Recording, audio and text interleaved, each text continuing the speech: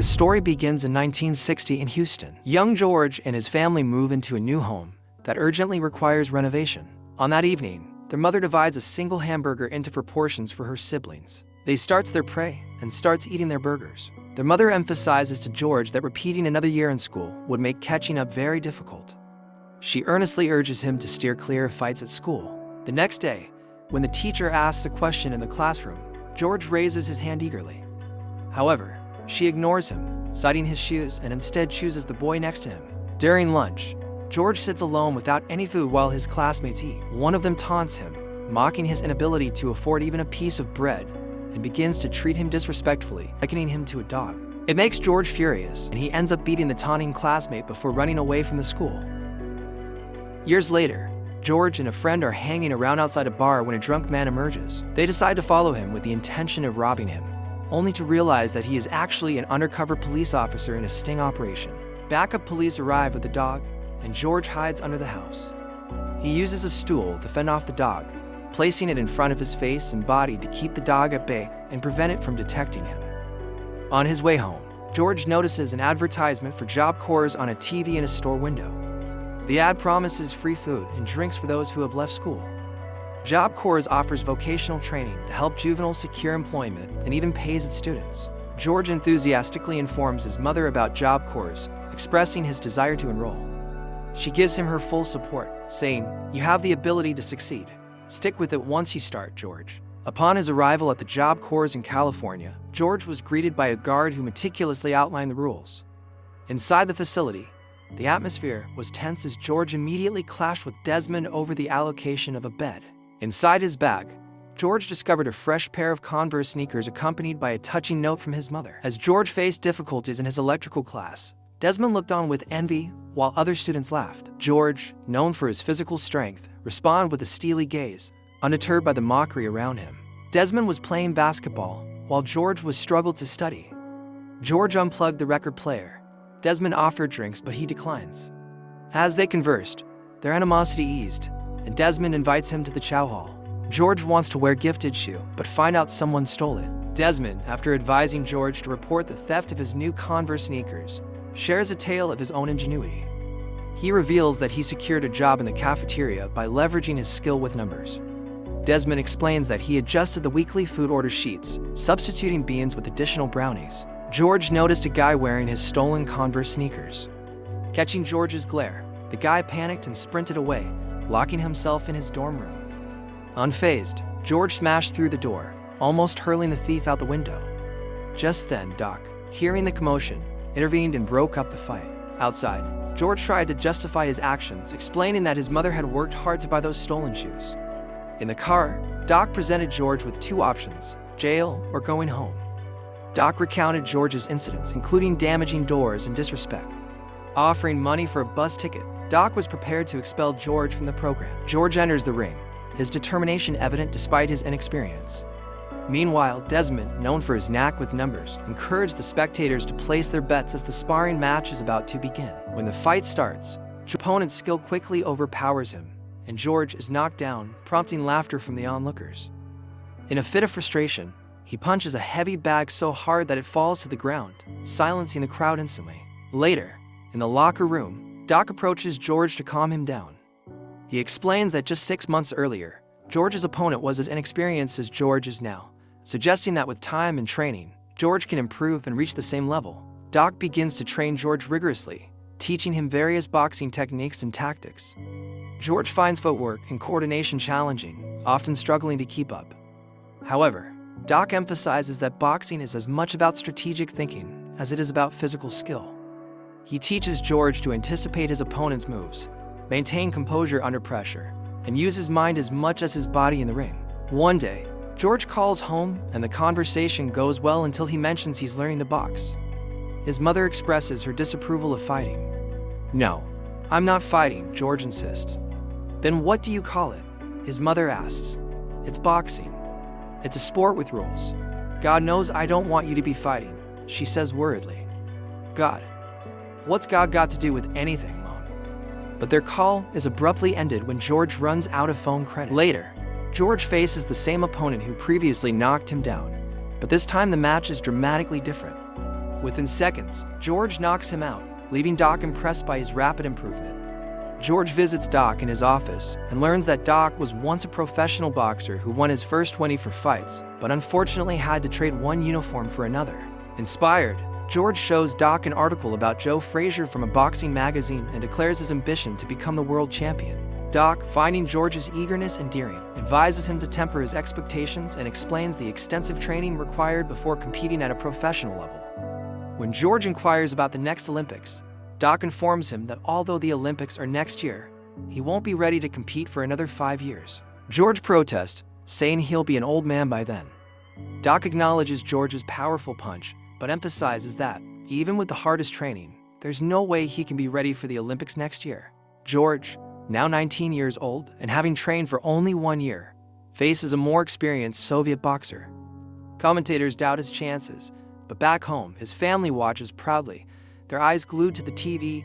Everyone at the Job Corps rallies behind George, and even his mother, despite her reservations about the violence, joins her children in front of the television. In the ring, George delivers several decisive blows, effortlessly winning the gold medal. His victory brings mixed emotions for his mother, who struggles with the violence of the sport, hardly believing that their brother has won his first Olympic gold medal at such a young age. George proudly wears his gold medal as he strolls through his neighborhood.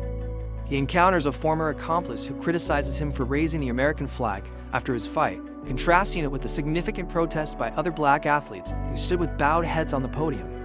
He accuses George of disrespecting their cause. Frustrated and hurt, George goes to his mother and vents to her, expressing his exhaustion with being labeled a sellout by those around him.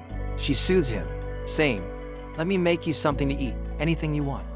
"I'm not hungry," George replies. "Let the Lord take me now." "I never thought I'd hear that from you," she remarks, surprised by his reaction. Bolstered by her support, George vows to win the championship belt to earn everyone's respect. "You're going to keep fighting. You're going to get hurt," she expresses her concern. "Didn't you watch me? They don't hurt me." "I heard them," George responds confidently. At the airport, George Foreman spots a beautiful woman named Paula reading a sports magazine with him on the cover. Intrigued, he approaches her and strikes up a conversation. As her flight is announced, Paula hurriedly leaves, prompting George to attempt to get her number. Paula playfully remarks on his approach, teasing him about his footwork being better than his pickup game. She takes charge, insisting that he should be the one asking for her number. George, slightly flustered, agrees and writes down his phone number for her. Doc introduces George to his new team, Dick Sadler, his promoter, and Archie Moore, a former light heavyweight champion. They emphasize the importance of fighting for a championship and the unique challenges faced. George, under his coach's guidance, wins heavyweight titles by defeating opponents one by one. He prepares to face Joe Frazier, while Paula, his girlfriend, becomes a regular at his fights, supporting him as he improves his record to 22-0. Eventually, George and Paula get married. "Do you take this woman to be your wife?" He secures his 36th win and prepares for a title fight against Joe Frazier in Jamaica. As an underdog, Frazier has defeated Muhammad Ali 2 years ago. George takes a heavy left hook in the first round but responds with powerful body shots. Frazier lands another signature left hook, but George delivers a massive uppercut, knocking Frazier down. The bell rings, giving him crucial recovery time. George dominates the fight, knocking Frazier down multiple times. The referee stops the fight, and George is declared the new heavyweight champion. At an after-party, surrounded by cheers and journalists, he approaches Desmond, offering him a role as his financial manager. Desmond agrees, pouring out his drink. George discovers he cheated on his wife, causing him discomfort. He shares an intimate moment with her, but later watches an interview where Muhammad Ali mocks him, threatening to throw him back into the ghetto. Infuriated, George hosts a family gathering at his luxurious mansion, proudly showing his mother his collection of cars. Despite his joy, his interactions with his wife are distant. George's mother reminds everyone to thank God for the food they eat, while his sister Mary announces she's expecting a baby. Meanwhile, George's mistress, Paula, confronts him about his unhappy life. George is unable to look at her, and later, Paula steps away to answer a phone call only to discover it's one of George's mistresses on the line. George travels to the Democratic Republic of Congo to fight Muhammad Ali, a hero with widespread support. Ali entertains a crowd with a stand-up routine, mocking George's float and stinging him. George anticipates a response from the audience, but decides to walk away in silence, leaving Ollie to continue captivating the spectators. On match day, the crowd chanted the phrase "Ollie Bay," meaning Ollie kill him. Despite Foreman's dominating performance against Frazier, Ali seemed unlikely to stand a chance. George took control, landing several punches while Ali tried to float and sting. Ali's taunts and mockery only fueled George's anger. George's aggressive style gradually drained his gas tank, visibly tiring him. Ali remained relatively fresh during breaks. Doc warned George to keep up the pressure, and by the 8th round, Foreman was exhausted.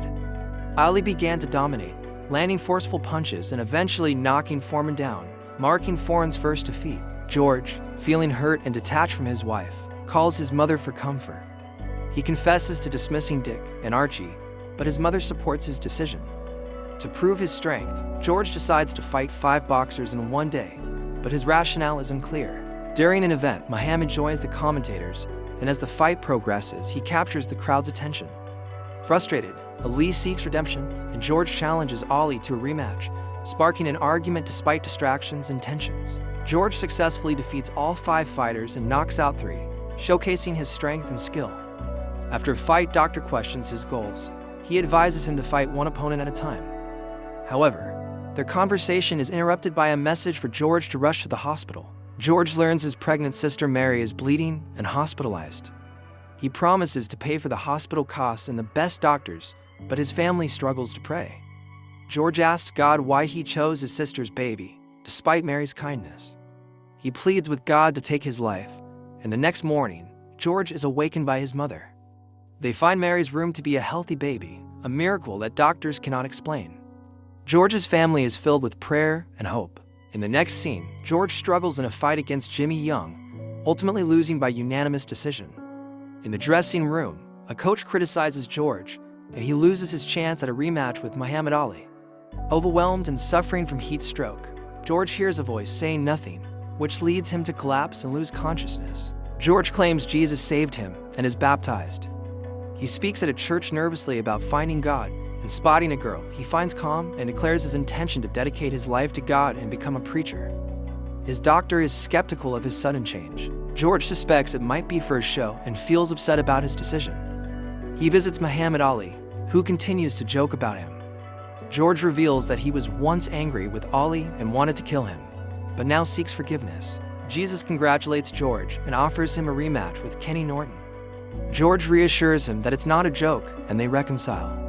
After a heartfelt conversation, they eventually become friends. George visits his ex-wife and children, apologizing for his past behavior. He visits the church and confronts a girl he met before, who finds it hard to believe a former boxer could transform into a preacher. George takes a microphone and preaches, inspiring passersby to follow God. Despite being mocked, George remains calm, showing his growth in handling anger. The girl later apologizes for doubting him, explaining that his reputation had made her skeptical. They discover a mutual attraction, and George drives her to an abandoned church, sharing his dream of buying it to establish his own congregation. 7 years later, George's dream comes true, and he preaches in his own church, supported by his wife Mary and their children. George, a man who has been involved in a bad crowd, is approached by a woman and her grandson to train a boy who has fallen in with them. George declines, suggesting they find guidance in the Bible. Later, he learns that the boy was arrested for a crime and feels regret for not agreeing to train him. George discovers an old building that he plans to buy and renovates it. Desmond, struggling with drinking problems, is also struggling. George hires coaches and dedicates a section of the gym to the Muhammad Ali study hall. However, a year after opening, the electricity goes out during a class, and Desmond is nowhere to be found. George discovers that Desmond invested all his money in high-risk stocks, leaving his investment account empty. After knowing all his money in high-risk stocks are gone, is enraged by the threat of his property being repossessed by the bank. His mother urges him to forgive Desmond, who he eventually finds in a bar. George nearly kills Desmond, realizing his actions. To salvage his financial situation, George resorts to starring in a sauce commercial and selling merchandise. His wife Mary informs him that they are still far from resolving their financial crisis. George sinks into depression and tries to reconnect with his past through boxing. He asks a friend to give a sermon in his place, but Mary is against it, fearing his rage can come back. George seeks a doctor to train him, but Mary is against it. Doc initially resists George's decision to quit, reminiscing about his heartbreak when he was almost killed by Marciano in the ring. He explains that Joe Louis tried to come back, but decided to start at the bottom. George reassures him that the air will taste different and that only 2 men on Earth will matter. Doc then instructs George to lose weight first before starting training. George struggles to fit into his old gym clothes and starts training with his son, warning him that he may have a heart attack. George struggles with workouts and diet, but is unexpectedly supported by Mary, who helps him stick to his diet. After months of effort, George successfully gains weight and returns to training. During a sparring session, George struggles with his opponent's speed and he struggles to keep up. Mary wakes up from a vivid dream, showing George a vision of winning the heavyweight championship again. The Lord speaks to her, and she is promised to lift George up in front of millions of people before his comeback fight. Despite the doctor suggesting George's old anger is needed for victory, George insists on approaching the fight without succumbing to his rage. George Foreman enters the ring against Steve Zowski, who is overweight and scared to take his robe off in front of people. He calmly and holds back his anger after getting punched after the bell. In the second round, George dominates, leaving no chance for Zowski. Foreman demands that the referee stop the fight, and news of his triumph spreads, celebrating him as a hero to fat old bald guys everywhere. 42-year-old George Foreman faces reigning champion Evander Holyfield in a battle of the ages. Despite a valiant effort, George loses by unanimous decision post-fight. George is stunned by a $12 million payment from HBO for the fight despite the financial windfall. Later, Michael Moore defeats Holyfield to win the title, making George the oldest heavyweight champion in history at 45 years old. George believes he stands a chance against 26-year-old Moore, a powerhouse with 30 wins by knockout and the first Southpaw heavyweight champion. Moore dominates the early rounds, and George's cornerman suggests he throw in the towel.